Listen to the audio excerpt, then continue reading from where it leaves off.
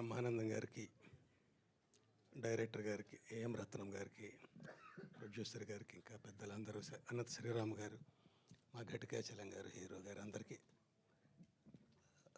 అనూప్ గారికి నమస్కారం అండి. నేను ఇంకా టీజర్ కనుక నా స్పీచ్ కూడా టీజర్లో ఉండాలి తప్ప సినిమాలో ఉండకూడదని ప్రయత్నిస్తున్నాను. నేను మొట్టమొదటి చూసిన ఆశ్చర్యం రేడియో అంటే నేను ఎంత పాతకాలం వాడిని అర్థం చేసుకోండి.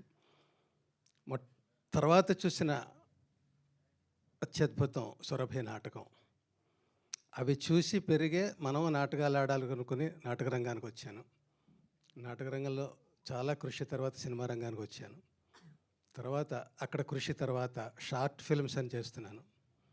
ఈ షార్ట్ ఫిల్మ్స్లో నేను ఎంచుకున్నది ఏంటంటే, నేను నాటకాలు సినిమా రెండూ తెలుసు కాబట్టి ఆ రెండును మిక్స్ చేసి పావుగంటలో చెప్పాలి, అది టార్గెట్. అలా ఒక 70 సినిమాలు చేశానండి ఇప్పటికీ. ప్రొడ్యూసర్గా, డైరెక్టర్గా, లీడ్ రోల్గా, అట్లాగా. అంటే నాటకం అంటే నాకు ఎంత ఇష్టమో చెప్పడానికి ఇదంతా చెప్తున్నాను. ఇంకా నేను నాటకాన్ని వదిలిపెట్టలేదని చెప్పడానికి కూడా ఇది చెప్తున్నాను.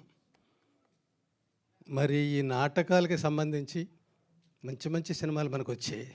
కృష్ణం వందే జగద్గురు, రంగమార్తాండ, ఇవాల్టి ఇది.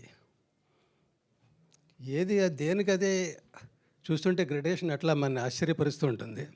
ఈ టీజరే ఆ చివరి నుంచి చివరికి ఎలా చూడాల్సి వచ్చింది ఐమాక్స్లో లాగా. సినిమా కూడా ఇంతకు చాలా బాగుంటుందని ఆశిస్తున్నానండి.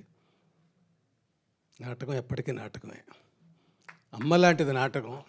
మనం ఎంత ఎత్తేదిగినా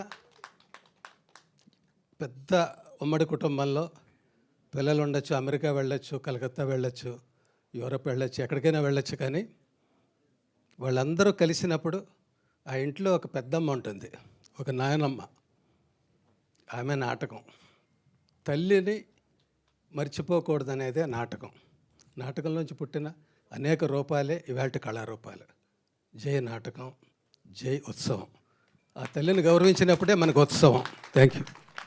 థ్యాంక్ యూ ఎల్బి శ్రీరామ్ గారు.